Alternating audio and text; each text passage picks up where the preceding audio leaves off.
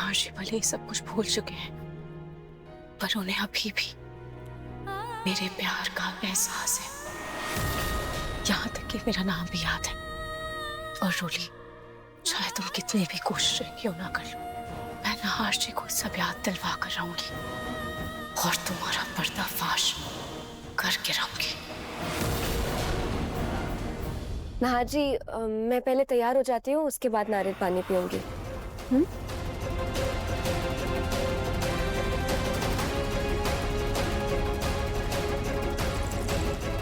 ये वाली झुमकी नहीं, 3 दिन से यही पहन रही हूँ, आज कुछ और पहनती हूँ।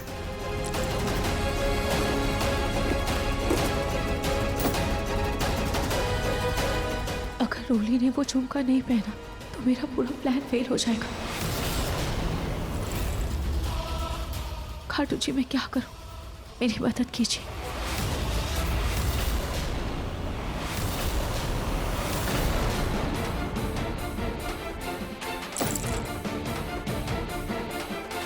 सब बिखर गए, इस पेट के साथ कैसे उठाऊं?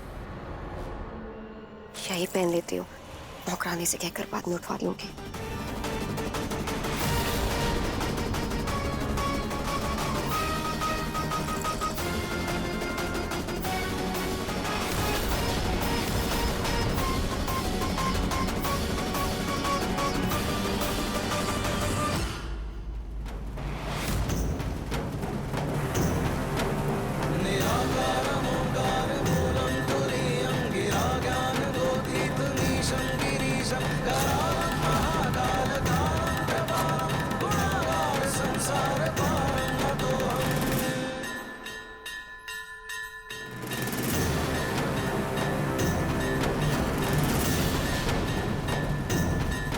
रोली के झुमके में मैंने जो स्पीकर लगाया है वो मेरे फोन से कनेक्टेड है। मम्मा,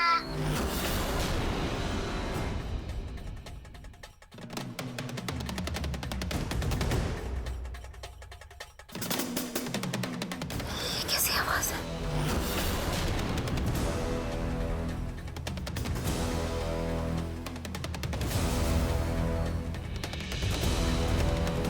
मम्मा,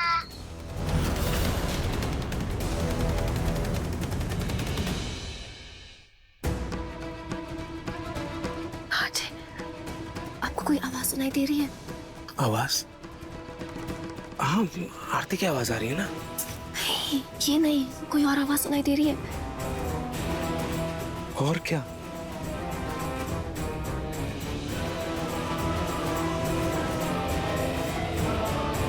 मम्मा, कौन है? बोली? सॉरी।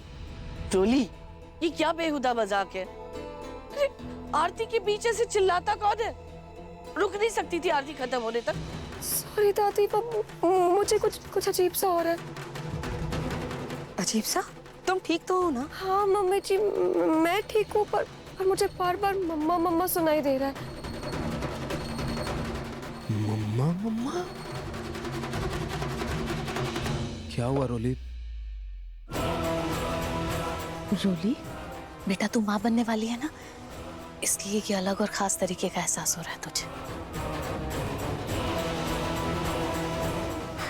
माँ जी, माँ तो हम भी बने थे, पर हमें तो कभी कुछ ऐसे एहसास नहीं हुए। वही तो, सब कुछ कितना अजीब है।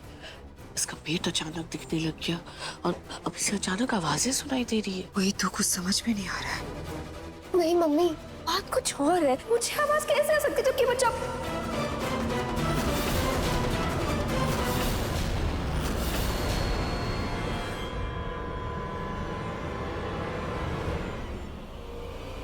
जबकि बच्चा पेट में है अभी भी।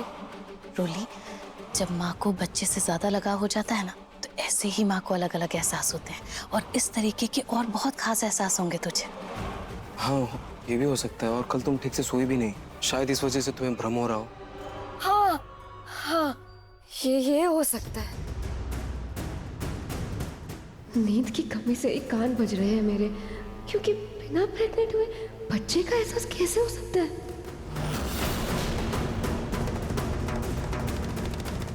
तू ठीक है? मैडम जी, अभी तो आगे चलकर आपको और नए नए अनुभव होंगे।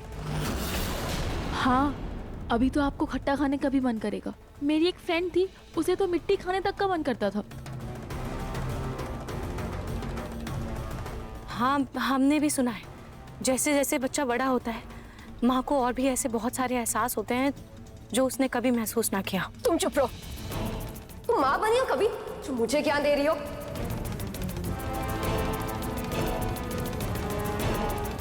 रोली, इसमें गुस्सा करने वाली कौन सी बात है? अच्छा अच्छा, सॉरी, वो प्रेगनेंसी में मूड स्विंग्स होते हैं। It's okay. Sorry sorry. Sorry जी। चलो ना मंदिर जाकर होने वाले बच्चे के लिए प्रार्थना करते। जी, मैं भी आप लोगों के साथ चलती हूँ। रोली, बेटा ध्यान रखना अपना। रोली, तुम भी जाओ, आराम करो। पापा?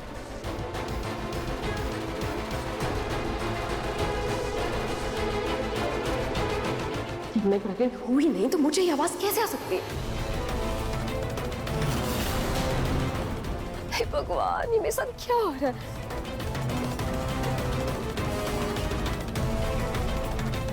कहीं मैं सच में तो नहीं मां बनने वाली? नहीं नहीं, ऐसा कैसे हो सकता है? मुझे सच का पता लगाना होगा।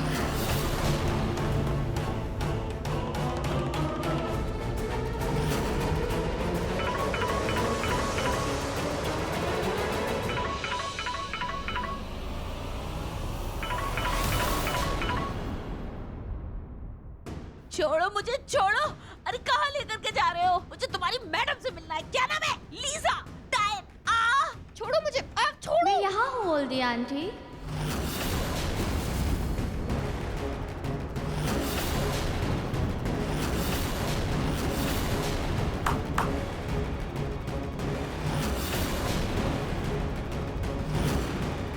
छोड़ो ना, यहाँ छोड़ क्यों नहीं रहे?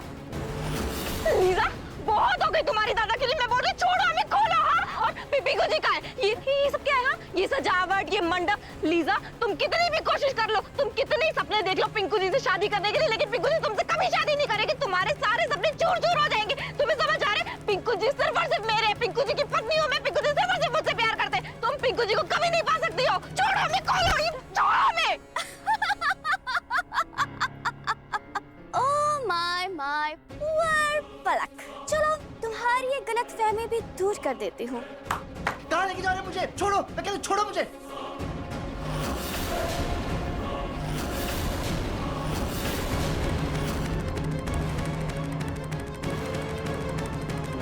छोड़ो मुझे, दादी। मैं कहता छोड़ो मुझे। मुझे छोड़ो। अरे क्या कर रही हो तुम? छोड़ो सर। चाहती क्या हो तुम आखिर? देखिए पापा, मैं आ गया लीजा। मैं जो चाहती थी वो आ चुका है। आ गया मतलब?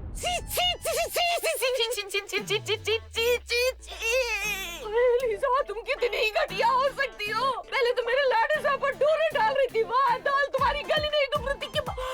घोर कलयुग आ गया है, घोर कलयुग। Oh just shut up oldie aunty. मेरी चॉइस ऐसी नहीं है। तो कैसे हिस्सा तुम्हारा? एनीवे, अंकल के हाथ में जो पेपर्स हैं, मेरी उन पर नजर है। पेपर? कैसे पेपर है ये प्रतीक के पापा?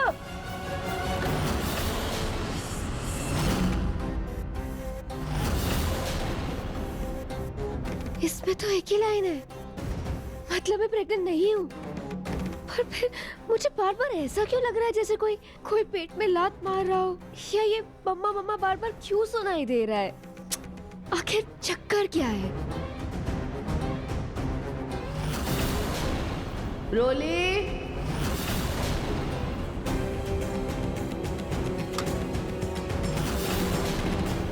जी दादी। ये क्या है दादी? अभी बताती हूँ। नौकरानी, इधर आना। जी दादी। सुनो, मेरी ना थोड़ी देर पहले पंडित जी से बात हुई। उन्होंने कहा आज गोद भराई के लिए शुभ मुहूर्त है।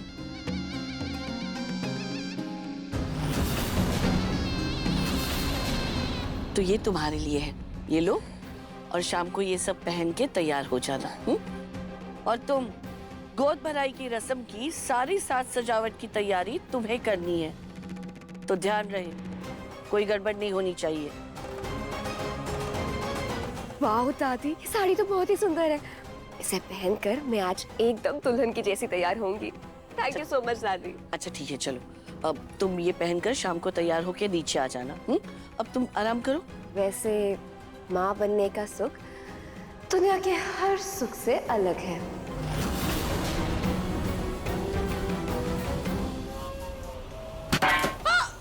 दादी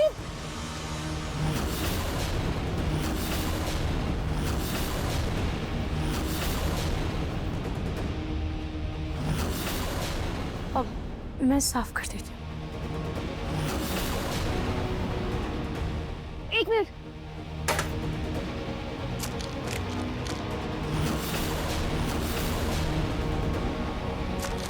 क्या कर रही हो ये तुम? रोली, तुम्हारा दिमाग खराब हो गया है क्या? माँ बनने वाली हो ना तुम, तो ये कैसे एकदम झटके से भाग के आ रही हो, झटके से झुक रही हो? बच्चे को कुछ हो गया तो? कुछ नहीं होगा दादी। मेरी डॉक्टर से बात हुई है, उन्होंने कहा है मैं थोड़ी बहुत एक्सरसाइज कर सकती हूँ और झुक भी सकती हूँ, उसमें कोई खतरे वाली बात नहीं है। अब चिंता मत कीजिए दादी। ये आजकल के डॉक्टर्स का ना मुझे नहीं पता, तुम बस अपना ख्याल रखो और ये मत भूलना कि तुम्हारे पेट पे हमारे खानदान का होने वाला वारिस। सॉरी दादी, अभी तो साफ कर दिया लेकिन आगे से नहीं झुकूंगी।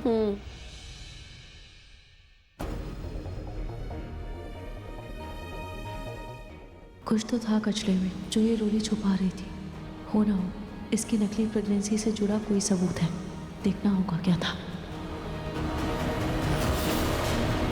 प्रतीक के पापा, जैसा तुमने कहा था पेपर सारे वैसे ही बनवा दिए मैंने। पेपर्स बनवा दिए?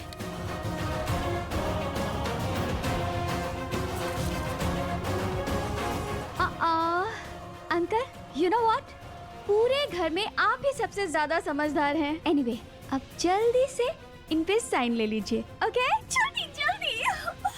अरे ये कौन से पेपर लेकर के आए हो समझदार आदमी, बताओगे मुझे? कहा तो आपको पुलिस लेकर के आना था ना, तो ये कौन से पेपर लेकर के आ गए? तुम्हारे लीजा की बात क्यों बात रहे हो? हाँ दादू, पिंकू बेटा ये लो। दादू, मैं पैसा कैसे कर सकता हूँ? मेरी बात मानो, इन पेपर्स पर साइन कर दो। जो कुछ भी हो रहा है हम सबकी भलाई के लिए ही हो रहा है। पिंकू जी, कौन से पेपर सब क्यों साइन कर रहे हैं? कुछ तो बताइए दादू, आप तो बताइए क्या पेपर है ये?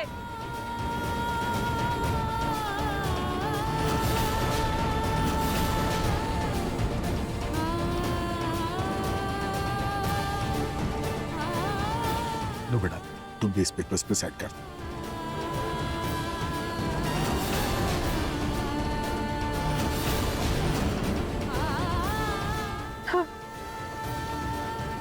तो अब मेरा पिंकू जी का तलाक करवाना चाहते हैं? एग्जैक्टली पलक, तुम दोनों का डिवोर्स होगा तभी तो पिंकू जिंदगी भर के लिए मेरा बनेगा।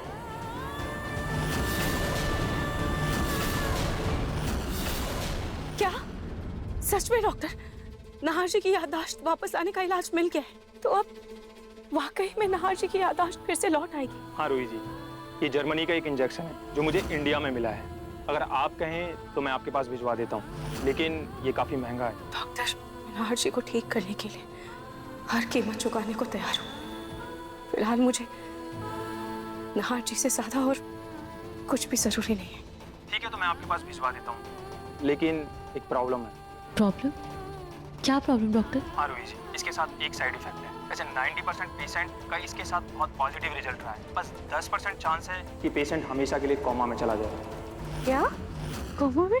हाँ, सिर्फ 10% चांस, और ये एक इंजेक्शन के साथ बहुत बड़ा खतरा है। डॉक्टर, भले ही नाहर जी को कुछ याद नहीं है, पर मैं अपने हाथों से उन्हें कोमा में नहीं ढकेल सकती। मुझे उनकी जिंदगी में अजनबी बनकर रहना मंजूर है, पर उन्हें खोना मंजूर नहीं। देखिए रूही जी, मैं आपको फिर भी यही कहूँगा, इससे सही होने के चांसेस ज्यादा हैं और खतरा कम। फिर भी आप एक बार सोच समझकर फैसला ले लीजिए।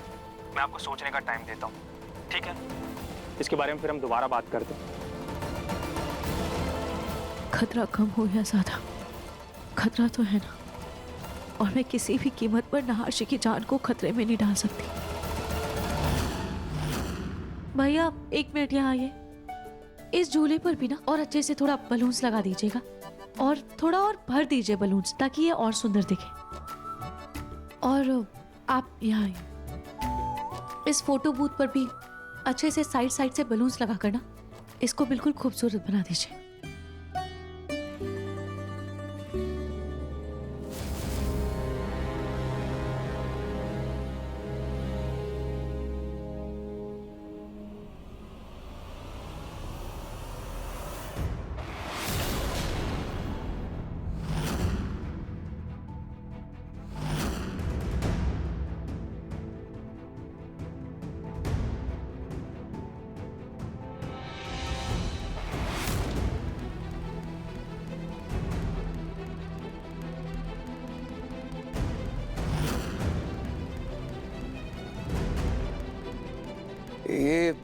ये तस्वीरें कब की है?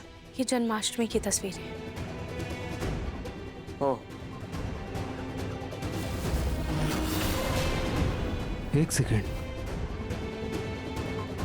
तुम्हें कैसे पता ये जन्माष्टमी की तस्वीरें हैं? तुम तो तब नहीं थे ना यहाँ? वो हमें रोली मैडम ने बताया है।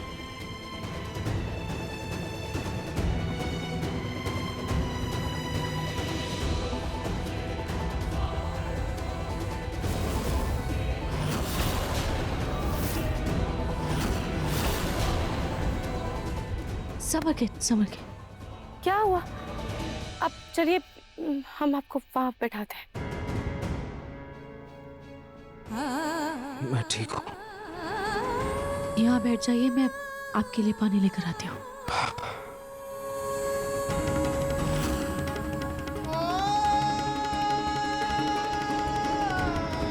ये लीजिए पानी। क्या हुआ साहब जी, आपको ऐसे चक्कर कैसे आ गया था? आप ठीक हैं?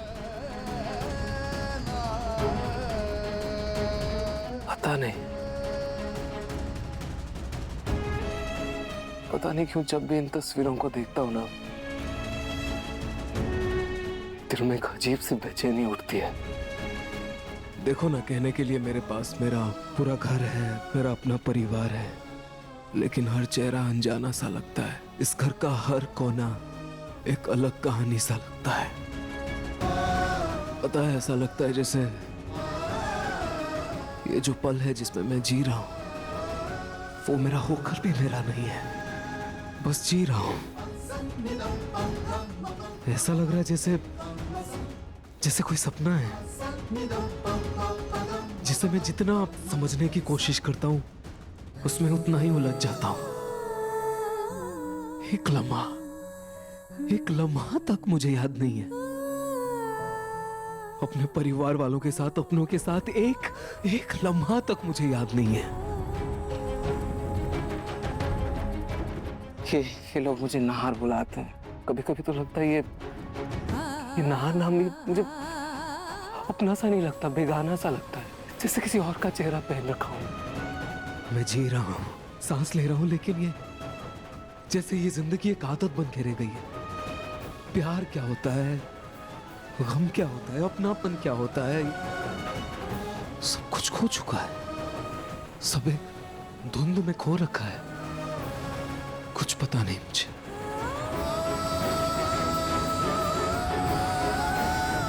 और उससे भी ज्यादा तकलीफ इस बात की है कि मैं खुद को पहचान नहीं पा रहा हूं। कौन हूं? क्या मैं कभी किसी के साथ था, या ये दुनिया ही मेरी कोई अधूरी कल्पना है? मेरा वजूद, मेरी दुनिया, मेरी यादें, सब कुछ मुझसे रूठ गया है, और मैं बस एक बिना जवाब का सवाल बनकर रह गया हूं। कहने को जिंदगी की किताब मेरे सामने खुली हुई है, लेकिन इसका एक पन्ना भी मैं नहीं पढ़ पा रहा हूं। मैं तो खुलकर मुस्कुरा भी नहीं सकता, क्योंकि मुझे कुछ याद भी नहीं है।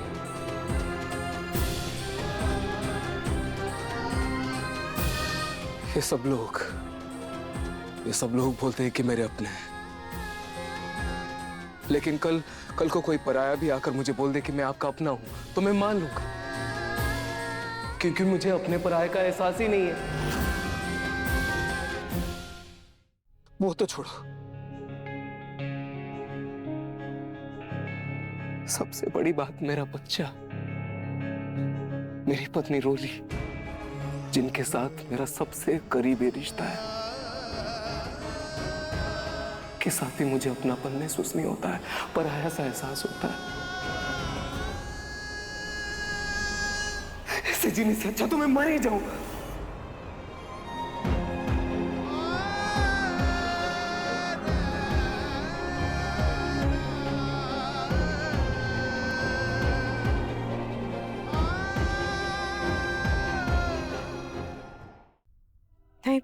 नहीं साहब जी,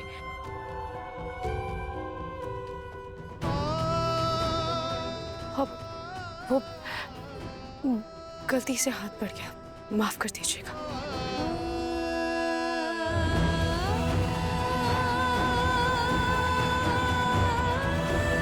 पता नहीं ये सारी बातें मैं आपसे क्यों कह गया।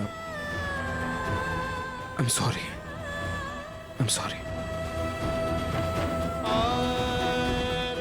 नहार जी कितनी परेशानी में है, मैं उनकी ये परेशानी कैसे दूर करूं? डॉक्टर ने नहार जी की याददाश्त वापस लाने के लिए जो इंजेक्शन बताया है, उस इंजेक्शन से नहार जी कोमा में चले गए तो